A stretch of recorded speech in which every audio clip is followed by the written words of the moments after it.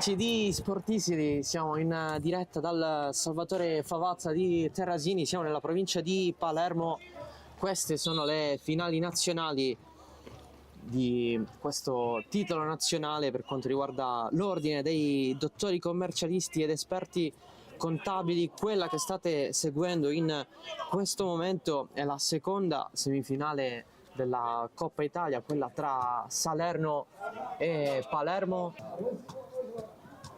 Maltese fermato in maniera regolare, la conclusione dalla distanza ed è quasi gol per Cotecchia.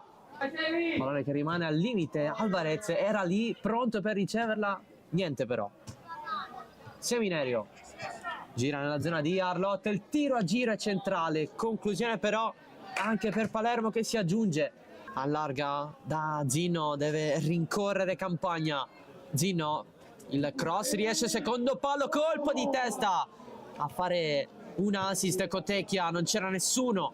Arlotta, lancio profondo, quasi pulito ma efficace in area di rigore, deviazione, pallone spazzato via. Palermo ha avuto una grande chance.